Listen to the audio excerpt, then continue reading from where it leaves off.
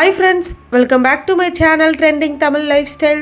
இன்றைக்கி நம்ம சேனலில் ரொம்பவே இன்ட்ரெஸ்டிங்கான விளாக் தான் பார்க்க போகிறோம். கண்டிப்பாக ஹோம் மேக்கர்ஸ்க்கு இந்த விளாக் யூஸ்ஃபுல்லாக இருக்கும், ஸ்கிப் பண்ணாமல் பாருங்கள். இந்த வீடியோ பெஞ்சல் புயல் வர்றதுக்கு நாள் எடுத்த வீடியோ. பட்டினப்பாக்கம் பக்கத்தில் ஒரு சின்ன வேலை இருந்தது. அந்த வேலையை முடிச்சுட்டு அப்படியே ரிட்டர்ன் வரும்போது கொஞ்சம் நேரம் நின்று அழகாக ரசிச்சுட்டு அப்படியே வீட்டுக்கு வந்துட்டோம். இந்த கடல் அலையெல்லாம் பார்க்குறதுக்கு ரொம்ப அழகாக இருக்கும். பட் எங்களால் கொஞ்சம் நேரம் கூட அங்கே நிற்க முடியலை. பேசுகிற சவுண்டு கூட கேட்கல, அந்த அளவுக்கு அந்த சவுண்டு வந்து ரொம்ப அதிகமாக இருந்தது. அந்த காத்துக்கு மண்ணெல்லாம் பறந்து நம்ம மேலே தான் அடிக்குது. கொஞ்ச நேரத்துக்கு மேலே எங்களால் அங்கே நிற்கவே முடியல. உடனே கிளம்பி வீட்டுக்கு வந்துட்டோம். எங்கள் வீடு மெரினா பட்டினப்பாக்கம் பக்கத்தில் தான் இருக்குது. ஒரு 2 கிலோமீட்டர் டிஸ்டன்ஸில் தான் நாங்கள் இருக்கோம். கிட்டத்தட்ட கடல் பக்கத்தில் தான் நாங்கள் இருக்கோம். இந்த புயலுக்கு நாங்கள் கொஞ்சம் பயந்து போய் தான் இருந்தோம். ஏன்னா கரண்ட்டு போயிடுச்சுன்னா நக்ஷுக்குட்டியை வச்சுட்டு எப்படி இருக்க போகிறோம் அந்த மாதிரி தான் ஃபீல் பண்ணணும். புயல் கரையை கிடக்கிறதுக்கு நாளே வெளியிலே வர முடியலை. அந்த அளவுக்கு ரொம்ப காத்தடிச்சது. என் ஹஸ்பண்ட்லாம் வண்டி ஓட்ட முடியலை அப்படின்னு சொல்லிட்டு இருந்தாங்க. நானுமே பக்கத்தில் பால் வாங்க பாப்பாவை தூக்கிட்டு போயிட்டு ரொம்ப கஷ்டப்பட்டு ரிட்டர்ன் வந்தேன். நைட்டு கதவு ஜன்னலாம் லாக் பண்ணி தான் வச்சிருந்தோம். அப்படி இருந்தும் அதை லாக்கையே புடுங்கிட்டு போற மாதிரி காத்தடிச்சது. இப்பவே இப்படின்னா புயல் கரையை கிடக்கும் போது எப்படி இருக்குமோன்னு ரொம்ப பயந்துட்டு இருந்தோம். பார்த்தா அது அப்படியே புதுச்சேரி பக்கமா போயிருச்சு. அதனால இங்க வந்து ரொம்ப பாதிப்பு இல்லை. சென்னையில புயல்னுமே நிறைய சிஸ்டர்ஸ் வந்து அக்கா சேஃபா இருங்கன்னு மெசேஜ் பண்ணியிருந்தீங்க. அந்த மெசேஜ்லாம் பார்க்கும்போது எனக்கு ரொம்ப சந்தோஷமா இருந்தது. எங்க மேல அக்கறை எடுத்து மெசேஜ் பண்ண எல்லா சிஸ்டர்ஸ்க்கும் ரொம்ப ரொம்ப நன்றி. அதுக்கப்புறம் கிச்சன்ல கொஞ்சம் கிராசரி திங்ஸ் போட்டு வைக்கிறதுக்காக கொஞ்சம் பாக்ஸஸ்லாம் வாங்கியிருந்தேன். ஆல்ரெடி ஷார்ட்ஸ் வீடியோவில் கூட காமிச்சிருப்பேன். அப்போ வந்து ஓப்பன் பண்ணி எல்லாத்தையும் செக் பண்ணிட்டு மறுபடியும் பாக்ஸில் போட்டு வச்சுட்டேன். ஏன்னா எப்போ டைம் இருக்குமோ அப்போ வந்து எல்லாத்தையும் அரேஞ்ச் பண்ணிக்கலான்னு வச்சிருந்தேன். இன்னைக்கு தான் இது எல்லாத்தையுமே எடுத்து அரேஞ்ச் பண்ண போகிறேன். நிறைய சிஸ்டர்ஸ் கேட்டிருந்தீங்க, இதோட குவாலிட்டி எப்படி இருக்குது சிஸ்டர், எவ்வளோ அமௌண்ட்டுன்னு சொல்லிட்டு. இது குவாலிட்டி வைஸ் நல்லா இருந்தது, பார்க்குறதுக்குமே ரொம்ப அழகாக இருந்தது. மூடியும் நல்லா க்ளோஸ்டாக தான் இருக்குது. பட் இருந்தாலுமே கொஞ்சம் வந்து ஏர் போகும்னு தான் நினைக்கிறேன். எப்படின்னு எனக்கு தெரியல. நான் யூஸ் பண்ணி பார்த்துட்டு கண்டிப்பாக ரிவ்யூ ஷேர் பண்ணுறேன். இந்த கண்டெய்னர்ஸ் எல்லாமே 400 சம்திங்க்கு தான் வாங்கியிருந்தேன். மொத்தமாக 12 பாக்ஸ் இருந்தது. நம்ம வாங்கின அமௌண்ட்டுக்கு இது கண்டிப்பாக ஒருத்துன்னு தான் நான் சொல்லுவேன். நான் இந்த பாக்ஸ் எல்லாமே ஃப்ளிப்கார்ட்டில் தான் ஆர்டர் பண்ணி வாங்கியிருந்தேன். நான் ஃபஸ்ட்டு எல்லாத்துலேயுமே அமௌண்ட் எவ்வளோ போட்டிருக்காங்கன்னு செக் பண்ணி பார்த்தேன். கடைசியில் ஃப்ளிப்கார்ட்டில் தான் கொஞ்சம் கம்மி ரேட்டில் இருந்தது. அதனால உடனே ஆர்டர் பண்ணிட்டேன். எனக்கு கிச்சனில் கிராசரி திங்ஸ் போட்டு வைக்கிறதுக்கு சில்வர் கண்டெய்னர்ஸ் மட்டும்தான் கொஞ்சோன்னு வச்சுருக்கேன். மீதம் எல்லாமே கண்டெய்னர் இல்லாதனால நான் கவரோட தான் வச்சு யூஸ் பண்ணிட்டு இருந்தேன். அதனால என் ஹஸ்பண்ட் கிட்ட சொல்லவுமே உடனே ஆர்டர் போட்டுட்டாங்க. இந்த 12 கண்டெய்னருமே 1 லிட்டர் கண்டெய்னர்ஸ். அதனால நான் மஞ்சள் தூள், மல்லித்தூள், மிளகாத்தூள் இந்த மாதிரி கொஞ்சமாக வாங்கி போடுறதுக்காக சின்னதாக ஒரு பாக்ஸ் ஒன்று ஆர்டர் போட சொல்லி என் ஹஸ்பண்ட் கிட்ட சொன்னேன். ஒரு 250 கிராம் பிடிக்கிற மாதிரியான கண்டெய்னர் ஆர்டர் பண்ண சொல்லியிருந்தேன். பட் ஹஸ்பண்ட் வந்து ஆர்டர் போடும்போது கொஞ்சம் மாற்றி 900 மில்லி வந்து ஆர்டர் பண்ணிட்டாங்க. அது கரெக்டாக ரிசீவ் ஆனதுக்கு அப்புறம் தான் தெரிஞ்சது என்னடா பாக்ஸ் பெருசாக இருக்கேன்னு சொல்லிட்டு ஆன்லைனில் செக் பண்ணும்போது 900 மில்லி ஆர்டர் பண்ணியிருந்திருக்கிறாங்க. வாங்கினதெல்லாம் ரிட்டனும் போட முடியாதுன்னு எதுக்காவது வச்சு யூஸ் பண்ணிக்கோன்னு சொல்லிட்டாங்க. இந்த 6 பாக்ஸோட ரேட்டு 180. இந்த கண்டெய்னர்ஸ் எல்லாமே குவாலிட்டி வைஸ் பார்க்கும்போது நார்மலாக இருக்க பிளாஸ்டிக் டப்பா மாதிரி தான் இருந்தது. பட் மேலே மூடி வந்து நல்லா டைட்டாக இருந்தது. அது பார்க்கும்போதே தெரிஞ்சது நல்லா க்ளோஸ்டாக உள்ளே வந்து ரப்பர்லாம் போட்டு இருந்தது. ஆல்ரெடி நான் 1 லிட்டர் பாக்ஸ் வச்சிருக்கனால இதை என்ன பண்ணுறதுன்னு தெரில. அதனால அதுலேருந்து ஒரு 2 மட்டும் எடுத்து வச்சுக்கிட்டேன். அந்த 2 பாக்ஸும் சர்க்கரையும் நாட்டு சர்க்கரையும் போட்டு வச்சுக்கலான்னு எடுத்திருக்கேன். ஏன்னா அது கொஞ்சம் ஏர் டைட்டாக இருக்குது. அதனால தான் குட்டி கண்டெய்னர்ஸும் ஆர்டர் போட்டாச்சு. ஆனால் அது இன்னும் ரிசீவ் ஆகலை. ரிசீவ் ஆனதுக்கு அப்புறம் தான் அதில் மஞ்சள் தூள், மல்லித்தூள்லாம் கொட்டி வச்சுக்கணும்.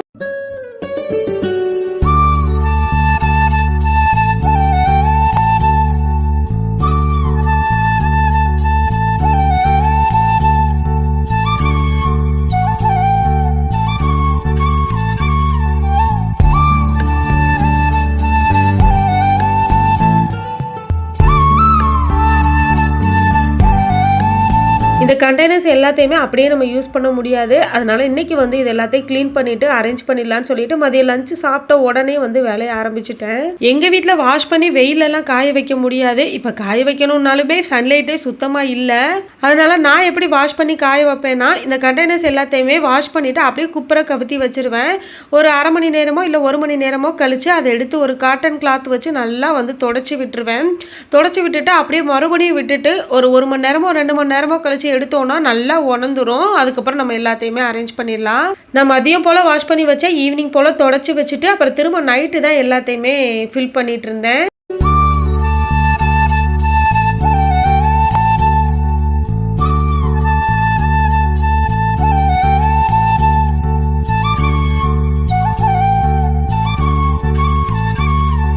நாட்டு சர்க்கரை மட்டும் எடுத்து வச்சு இந்த 2 பாக்ஸ்லையும் ஃபில் பண்ணி வச்சுக்கிட்டேன். மற்ற எல்லாத்தையுமே அந்த கண்டெய்னர்ஸில் எடுத்து வச்சுக்குவேன். எனக்கு செல்ஃபெல்லாம் பெருசாக எதுவும் இல்லை, இந்த 2 செல்ஃப் மட்டும்தான் இருக்குது. இதில் தான் நான் எல்லாத்தையுமே இப்போ அரேஞ்ச் பண்ணணும். எனக்கு அரேஞ்ச் பண்ணுறதுக்கு செல்ஃப் எதுவுமே இல்லை அப்படின்ற ஒரு ரீசன்னால தான் நான் வந்து எதுவுமே வாங்காமையே இருந்தேன் இவ்வளோ நாளும். பட் இப்போ வந்து கவர்லேருந்து எடுத்து யூஸ் பண்ணுறதுக்கு ரொம்ப கஷ்டமாக இருக்குது. நக்ஷு கூட்டி அந்த கவரோடு எடுத்துகிட்டு போய் அந்த ரப்பர் பேண்டெல்லாம் உரிச்சு போட்டு விளையாட ஆரம்பிச்சிடுறா. அதனால தான் இப்போ வந்து கண்டெய்னர் ஆர்டர் போட்டு வாங்கிடுவோம் அப்படின்னு சொல்லிட்டு வாங்கிட்டேன். எப்படியாவது மேலே அட்ஜஸ்ட் பண்ணி வச்சிடலாம் அப்படின்ட்டு. இந்த கண்டெய்னர்ஸ்லாம் ஏர் போகுதான்னு செக் பண்ணுறதுக்காக கொஞ்சமாக பொரிக்கடலை போட்டு க்ளோஸ் பண்ணி வச்சுருந்தேன். 3 நாளுக்கு அப்புறமா இன்றைக்கி தான் வந்து டேஸ்ட் பண்ணி பார்த்தேன். அந்த கிறிஸ்பினஸ் எல்லாம் அப்படியே தான் இருந்தது, கொஞ்சம் கூட மாறாம. ரொம்ப நாள் ஆனா சேஞ்ச் ஆகுதா இல்லையான்னு நான் செக் பண்ணிட்டு உங்களுக்கு ரிவ்யூ ஷேர் பண்றேன்.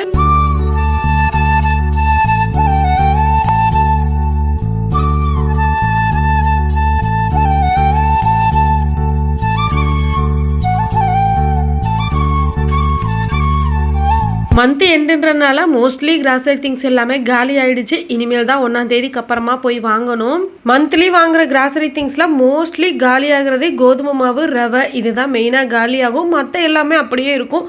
நெக்ஸ்ட் டைம் நான் வாங்க போகும்போது அதெல்லாம் அவாய்ட் பண்ணிட்டு தான் வாங்கிட்டு வருவேன். நம்ம ரொம்பவும் மொத்தமாக வாங்கி வைக்க முடியாது, ஏன்னா சம்டைம்ஸ் டக்குன்னு வந்து பதத்து போயிடும், இல்லை எறும்பு வச்சிரும், ஏதாவது ஒரு ப்ராப்ளம் ஆகிடும். அதனால நம்ம அப்போக்கு அப்போ கொஞ்சம் கொஞ்சம் தான் வாங்கிக்குவேன் மாதம் மாதம்.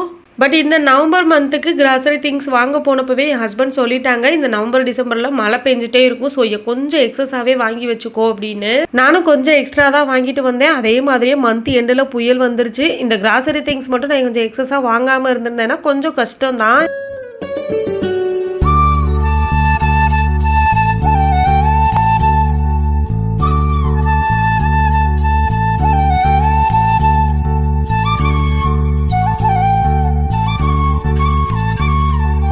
நான் இதெல்லாம் அரேஞ்ச் பண்ணி வச்சுட்டு இருக்கும்போது நக்ஷுக்குட்டி நான் ஏதோ பண்ணுறேன்னு சொல்லிட்டு வந்து நின்றுட்டே இருந்தா. ஸோ அவளுக்கு கொஞ்சம் பொரிக்கடலை வந்து பவுலில் போட்டு கொடுத்தேன். பொரிக்கடலைனா அவளுக்கு ரொம்ப பிடிக்கும். கிச்சனில் வைக்கிற கண்டெய்னர்ஸ் எல்லாமே சில்வரில் இருக்கணும், இல்லைன்னா கண்ணாடி பாட்டில்ஸ் வந்து யூஸ் பண்ணலாம். ஆனால் எனக்கு வந்து அப்படி யூஸ் பண்ண முடியல. நான் வந்து என் ஹஸ்பண்ட் டியூட்டி போகிற டைம்லலாம் அவசரமாக சமையல் பண்ணுற மாதிரி இருக்கும்.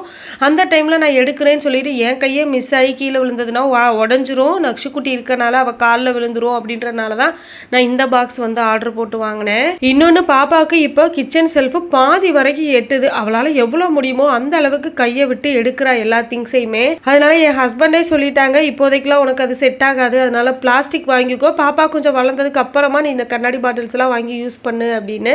அதனால தான் நான் இந்த பாக்ஸ் வாங்கியிருக்கேன். நமக்கு இப்போதைக்கு குழந்தையோட சேஃப்டி தான் முக்கியம். இந்த சில்வர் சம்பளத்துலலாம் என்ன வச்சிருக்கேன்னா, உளுந்து, துவரம்பருப்பு, பாசி பயறு, அப்புறம் கடலைப்பருப்பு, இந்த மாதிரி பருப்பு ஐட்டம் எல்லாமே இதில் தான் வச்சிருப்பேன். இது இப்போ இல்லை, முன்னாடி இருந்தே நான் இந்த இதில் தான் வச்சுருப்பேன். இந்த சில்வர் சம்படம் எல்லாமே எங்கள் அம்மா எனக்கு சீருக்கு கொடுத்து விட்டது.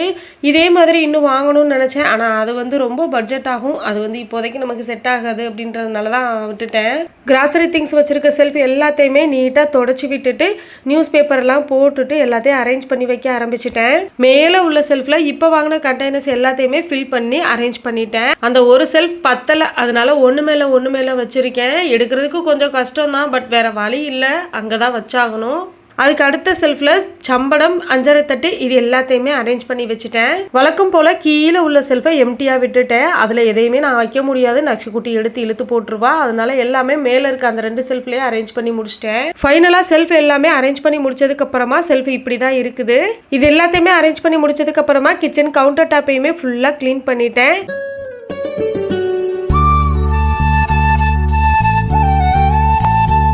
நக்ஷுக்குட்டிக்கு இந்த கொஞ்ச நாள் முன்னாடி தான் சைக்கிள் வாங்கினோம். ஆனால் அது வந்து லைட்டாக அவளுக்கு கால் கொஞ்சம் எட்டலை, அதனால அவளுக்கு நாங்கள் தான் உருட்டி விடுற மாதிரி இருந்தது. நான் கொஞ்ச நேரம் தான் நக்ஷுக்குட்டியே சைக்கிளில் தள்ளி நான் விளையாட வச்சுட்டு இருப்பேன். அதுக்கப்புறம் நான் ஒர்க்கு பார்க்க போயிடுவேன். அவள் அப்படியே சைக்கிள்லேயே உட்காந்தே இருப்பாள். பார்க்குறதுக்கே பாவமாக இருந்தது. சரி, அவளுக்கு ஏற்ற மாதிரி ஏதாவது பார்க்கலான்னு சொல்லிட்டு பாண்டா கார் தான் பார்த்தோம். இந்த பாண்டா கார் என்னோட சின்னக்கா வீட்டில் த்ரிஷன் குட்டிக்கு வச்சுருப்பாங்க. அதை எடுத்து இவளும் விளையாடுவா. அதனால இவளுக்கு இந்த பாண்டா கார் என்னன்னா அவளுக்கு தெரியும். அதனால பார்சல் வந்ததுமே நான் ஓப்பன் பண்ணதும் அவளுக்கு அவ்வளோ சந்தோஷம். ஐ ஜாலி சூப்பர் அந்த மாதிரி சொல்லிகிட்டே இருந்தா. மேரேஜுக்கு முன்னாடியெல்லாம் நமக்கு வந்து அம்மா அப்பா வாங்கி கொடுக்குறத பார்த்து நம்ம சந்தோஷப்படுவோம். ஆஃப்டர் மேரேஜுக்கு அப்புறமா நம்ம குழந்தைக்கு வாங்கி கொடுத்து குழந்தை சந்தோஷப்படுறத பார்த்து நம்ம ரொம்ப சந்தோஷப்படுவோம். அப்படிதான் எனக்கு அன்னைக்கு இருந்தது. பாண்டாக்காரை பார்த்ததுமே நக்ஷுக்குட்டி அவள் என்ன பேசுகிறான்னு அவளுக்கே தெரியல, அவளாக உளர ஆரம்பிச்சிட்டா சந்தோஷத்தில். அதை பார்க்கும்போது எங்களுக்கு ரொம்ப சந்தோஷமாக இருந்தது. இந்த பாண்டாக்கார் ஃபுல்லாகவே ஃபிட் பண்ணி தான் வந்திருந்தது பார்சலில். அப்படியே எடுத்து நம்ம குழந்தைக்கு கொடுத்து விளையாட வச்சிடலாம். உள்ள பேட்டரி மட்டும் வந்து நம்ம கடையில் வாங்கி உள்ள ஃபிட் பண்ணுற மாதிரி இருந்துச்சு. அது மட்டும் என் ஹஸ்பண்ட் பக்கத்தில் கடையில் போய் வாங்கிட்டு வந்து மாட்டி விட்டாங்க. அதுக்கப்புறம் தான் அதில் வந்து சாங் வந்து கேட்க ஆரம்பிச்சிச்சு. இந்த பாண்டாக்கார் எங்கே வாங்கினீங்க, எவ்வளோ ரேட்டுன்னு சொல்லி நிறைய சிஸ்டர்ஸ் கேட்டிருந்தீங்க. இது வந்து நான் ஃப்ளிப்கார்ட்டில் தான் வாங்கியிருந்தோம். ரேட்டு வந்து 1750. லிங்க் ஒரு 2-3 சிஸ்டர் கேட்டிருந்தீங்க. இது வந்து நம்ம கமெண்ட்ஸில் ஷேர் பண்ண முடியாது. நீங்கள் ஃப்ளிப்கார்ட்லேயோ அமேசான்லேயோ ஏதாவது ஒரு ஆப்பை ஓப்பன் பண்ணிவிட்டு பாண்டாக்கார்னு போட்டாவே லைனாக வரும். நம்ம பட்ஜெட்டுக்கு ஏற்ற மாதிரி எது குவாலிட்டியாக இருக்குது எல்லாமே பெஸ்ட்டாக நம்ம செலக்ட் பண்ணி சூஸ் பண்ணி ஆர்டர் பண்ணிக்கலாம். அப்படியும் நீங்கள் இந்த பாண்டாக்கார் நல்லா இருக்குது அப்படின்னு நினச்சிங்கன்னா கண்டிப்பாக கமெண்ட் பண்ணுங்கள். நான் நெக்ஸ்ட் வீடியோவில் உங்களுக்கு அந்த லிங்க்கை வந்து ஷேர் பண்ணிடுறேன்.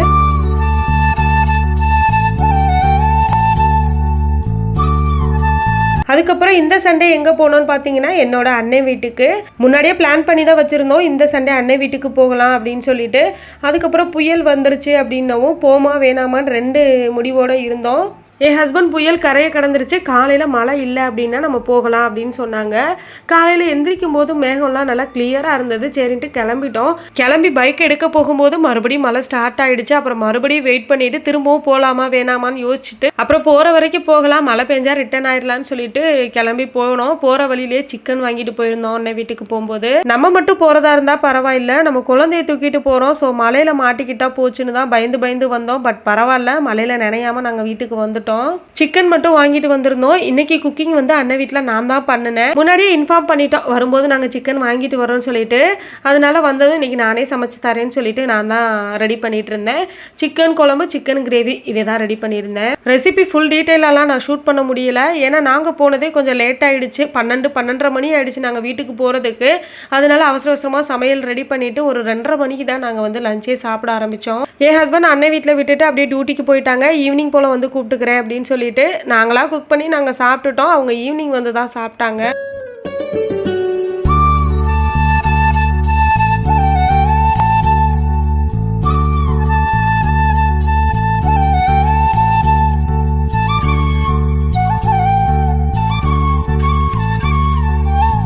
அன்னை வீட்டில் குழம்பு வைக்கிறதுக்குன்னு திங்ஸ் எல்லாம் இருக்குமோ என்னமோன்னு நினச்சிட்டே போனேன். பரவாயில்ல, எல்லாமே வாங்கி வச்சுருந்தாங்க. ஸோ சமைக்கிறதுக்கு ஈஸியாக இருந்தது. இந்த கிளைமேட்டுக்கு சூடாக சிக்கன் குழம்பும் சிக்கன் கிரேவியும் வச்சு சாப்பிட்டோம். இந்த வீக் சண்டே சூப்பராக போச்சு. அன்னைக்கு டே ஃபுல்லாக சாப்பிட்டதுக்கப்புறமா கொஞ்சம் நேரம் நல்லா ரிலாக்ஸ் ஆகிட்டு அப்படியே நக்ஷுக்குட்டி கூட மாடியில் கொஞ்சம் நேரம் விளையாட வச்சுட்டு இருந்தேன். அவளும் ஜாலியாக விளையாடிட்டு இருந்தா. அதுக்கப்புறம் என் ஹஸ்பண்ட் ஒரு 6 மணியை போல் வந்தாங்க. அவங்க வந்ததுக்கப்புறமா அவங்களுக்கும் சாப்பாடு வந்து வச்சு கொடுத்துட்டு சாப்பிட வச்சுட்டு நாங்கள் வீட்டிலேருந்து திரும்பவும் ஒரு 9 மணிக்கிட்ட கிளம்பிட்டோம். நைட்டு 9 மணி ஆயிடுச்சு நாங்கள் கிளம்புறதுக்கு. பட் நைட்டு டின்னருக்குமே இருந்த குழம்பு சாப்பாடுன்னு வச்சு எல்லாருமே உட்காந்து சாப்பிட்டுட்டோம். அதனால எனக்கு வீட்டில் போய் சமைக்கிற வேலை இல்லை.